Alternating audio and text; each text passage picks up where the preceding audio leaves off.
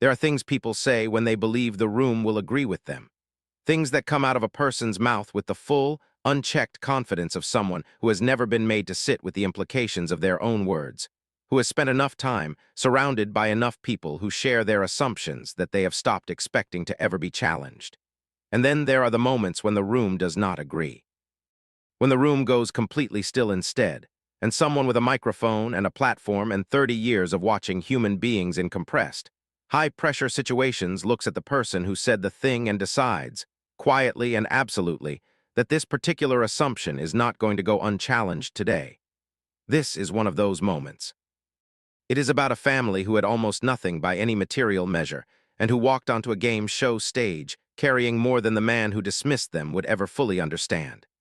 It is about what it means to belong somewhere, not because of what you own or what you earn or what address you can put on a form, but because of who you are and what you have survived and what you are still choosing to build.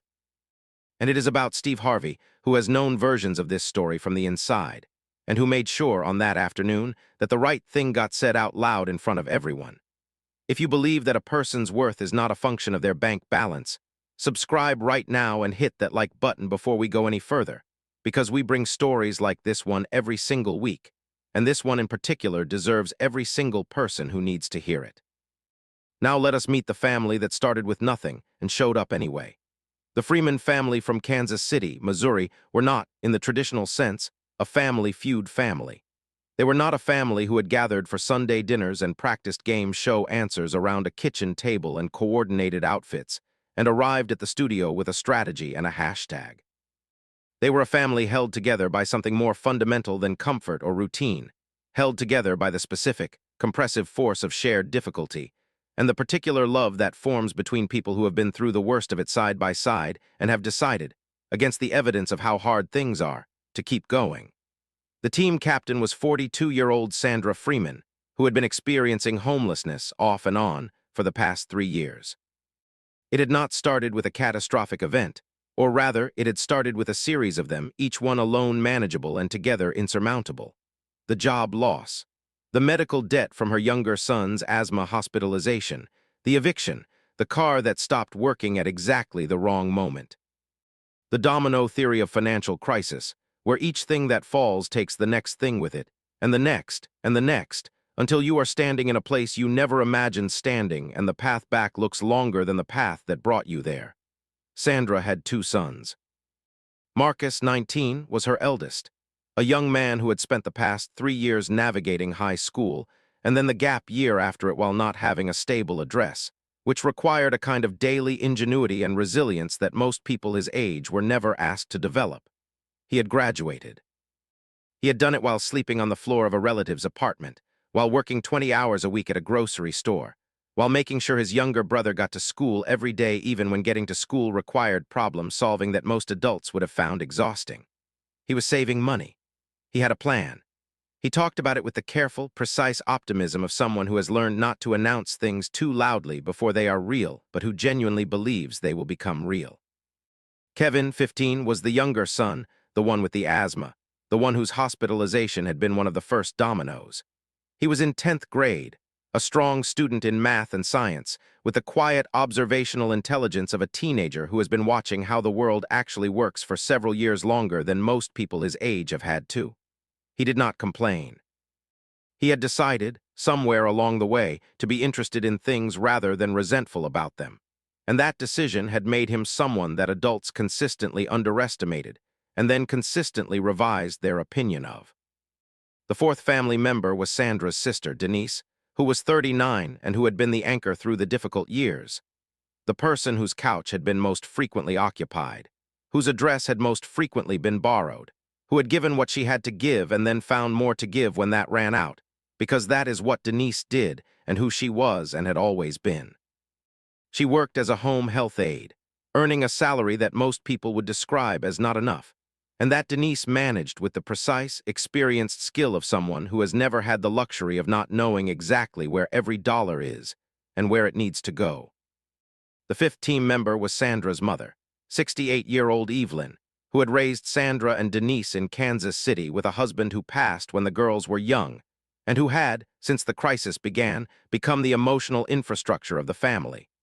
The person who held the narrative, who insisted on the story of the family being a story about people who were going through something rather than people who were something, and who communicated that distinction to her grandchildren with a clarity and consistency that had made a visible difference in how Marcus and Kevin understood their own lives.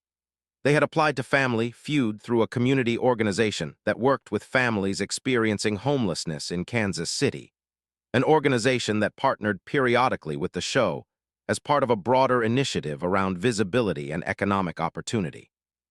The family had been nominated by a caseworker who had been working with them for 18 months and who had described them in her nomination as the family she most wanted the world to see, because the world's image of what homelessness looked like rarely included families like the Freemans skilled, connected, articulate, fighting, loving, planning, not defeated. The show had reached out. Sandra had said yes. The family had prepared the way families in their circumstances prepare, carefully, creatively, with what they had, which was more than most people who had not been paying attention would have expected. The competing family that day was the Whitmore family from Scottsdale, Arizona. Their team captain was 54-year-old Edward Whitmore, who had made his money in commercial real estate and who wore it in the specific way that certain kinds of money get worn, not with the ease of someone who has had it long enough to forget about it, but with the conscious, curated visibility of someone who thinks about it every day and wants to make sure other people are thinking about it too. He drove a car that he mentioned within the first minute of arriving.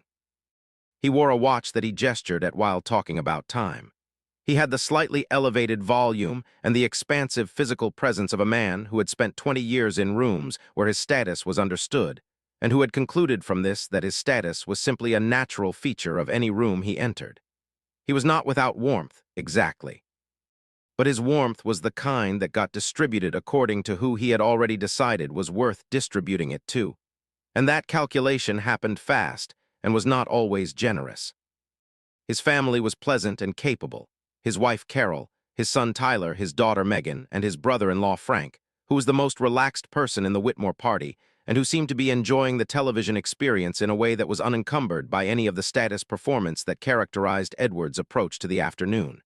They were a good Family Feud family in the technical sense. They were competitive and quick, and they had clearly done some preparation. Edward was fast at the buzzer. He had good instincts about survey answers, the kind that come from spending a lot of time around a lot of people who are all more or less similar to you, which produces a reasonably accurate but narrow model of what people in general tend to think. The pre-game introductions were when the first wrong note was played. Steve Harvey had moved to the Freeman family and was asking about them, where they were from, what they did, what brought them here.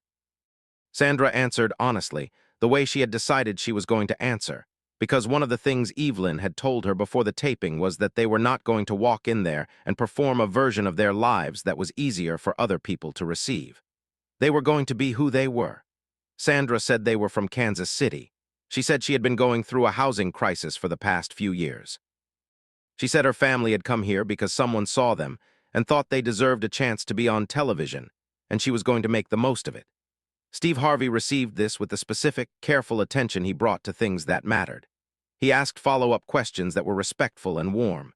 He talked to Marcus, who explained his situation with the clear-eyed precision of a 19-year-old who has learned to narrate his own experience without either dramatizing it or minimizing it.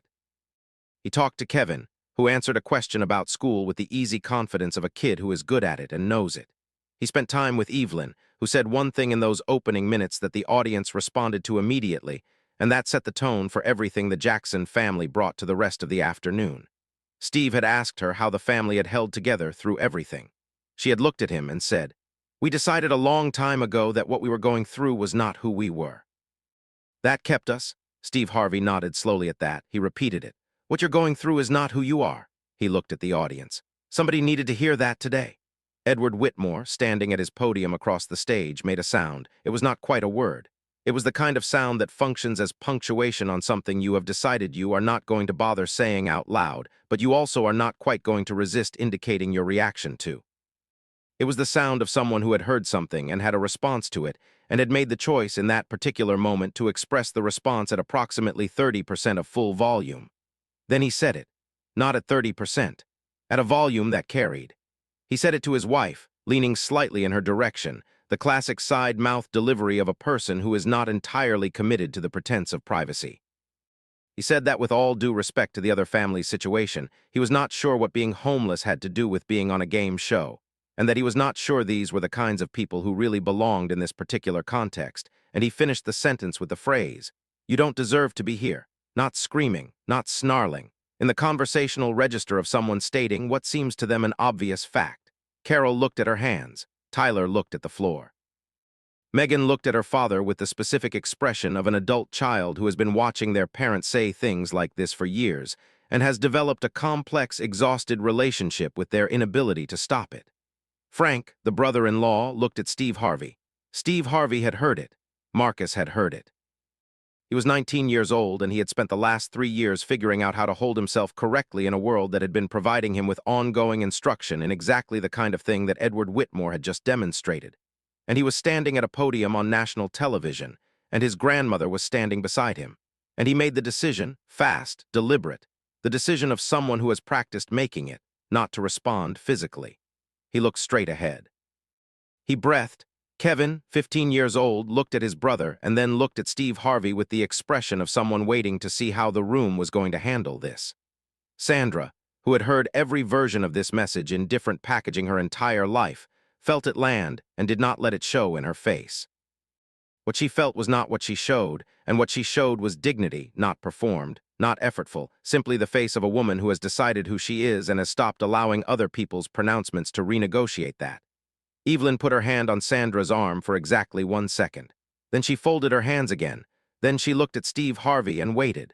Steve Harvey did not walk slowly this time. He walked to center stage with the clear, purposeful stride of someone who knows exactly where they are going and why. He did not take a moment to compose himself because he did not need one. He was already composed. He was something beyond composed, he was clear. He had heard what was said and he understood what it was, and he had decided what he was going to say about it before his feet had fully crossed the distance. "I'm going to stop the game," he said. His voice was even and absolute.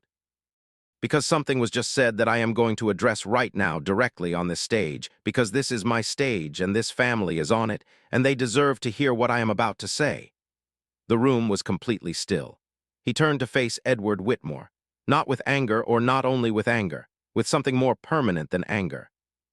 With the settled, long-formed conviction of a man who knows this territory from the inside and who is not going to perform an appropriate reaction because his reaction is not a performance. "You just said that this family doesn't deserve to be here," Steve said. "I want to respond to that, not to argue with you, not to embarrass you, to say something true because I think you may not fully understand what you said or who you said it about." He turned to the Freeman family. "That woman," he said, indicating Sandra, "is raising 2 sons in a situation that would have broken most people before the first year was out. She is not broken. She is standing on this stage looking the way she looks and carrying herself the way she carries herself because she has decided every single day, in conditions that most of the people in this room have never faced, that her circumstances are not her identity." He paused. "That young man," he said, indicating Marcus, "graduated high school without a stable address. He goes to work 20 hours a week. He is saving money. He has a plan. He is 19 years old and he is doing all of that." He looked at Kevin. "That young man is getting good grades in the 10th grade while navigating something that most adults in this room cannot imagine navigating. And that woman," he looked at Evelyn, "has been holding this family's story together and making sure they know who they are through every hard thing this past few years has put in front of them." He turned back to Edward. "Now, I want to ask you something. What exactly is the qualification for deserving to be on this stage? Because I have been hosting this show for a long time, and in all those years, the only qualification I have ever seen that matters is whether a family loves each other and is willing to show up. That family," he gestured toward the Freemans, "has both of those things in quantities that I don't think you can see from where you're standing." He paused. "They deserve to be here. They belong here. And I want to make sure that was said out loud in this room so that every person watching today understands it clearly." Edward Whitmore said nothing immediately. His son Tyler was looking at the floor. His wife Carol was looking at her hands with the expression of someone who has lived with a version of this for a long time and has been waiting without knowing it for the moment when the room refused to absorb it quietly. His daughter Megan, who had been watching her father with that exhausted, complicated expression throughout the exchange, looked at the Freeman family and said something that no producer had prompted and no script had included. She said she was sorry. She said it directly to Sandra, at normal volume, in the way people say things when they have decided they are saying them regardless of the consequence. Sandra received it with a nod that was simple and complete. Edward, when he finally spoke, did not give a speech. He said that he heard what Steve had said. He said it without the expansive confidence he had walked in with, which was notable in itself. The way the room had shifted his posture along with everything else. Whether what he heard in those minutes made any lasting difference in how he moved through the world is a question only time and the people around him could answer. What happened in that room happened, and it was witnessed, and the witnessing was its own kind of accountability. Steve Harvey turned back to the Freeman family. He looked at Marcus first. He said, "You good?" Marcus, 19 years old, the young man who had made the decision not to react physically and who had held it, looked at Steve Harvey and said, "I'm always good." Steve Harvey smiled. It was a specific smile, the smile of someone who recognizes something in a younger person that they also have in themselves, that they also built in conditions that required it. "I know you are," Steve said. "I can see that." He looked at the whole family. "Now let's play this game, and let's show people what deserving looks like." The Freemans played the way people play when the weight has been lifted from their shoulders and replaced with something lighter and faster, with the specific released energy of a family that came in carrying something and has just been told in front of everyone that they are allowed to set it down. Sandra was quick and instinctive. Marcus had the spatial intelligence of someone who has spent years reading environments quickly and accurately. And it turned out that skill translated directly into guessing what a survey of 100 people was likely to think. Kevin, given his moment at the podium in one of the later rounds, gave an answer with the quiet certainty of a 10th grader who is used to being underestimated in rooms, and who has learned to find the right answer in his own time regardless of what the room expects of him. Denise was steady and warm. And Evelyn, who had said the truest thing said in the pregame, and who had spent the rest of the afternoon watching her family carry themselves with the precision and the dignity she had spent decades building in them, gave answers that hit with the unhurried confidence of a woman who was not surprised by her own correctness. The Freeman family won the main game. When the buzzer sounded and the scores went up and the audience responded with the kind of genuine, extended applause that is different from the polite kind in every possible way, Sandra Freeman put both hands over her mouth. She did not close her eyes. She looked at her sons. She looked at her mother. She looked at her sister. She stood there in the middle of all of it and let it be real without managing it or containing it. For the full length of a moment she had not dared to fully imagine on the way there. They went to fast money. Denise went first and scored 119 points.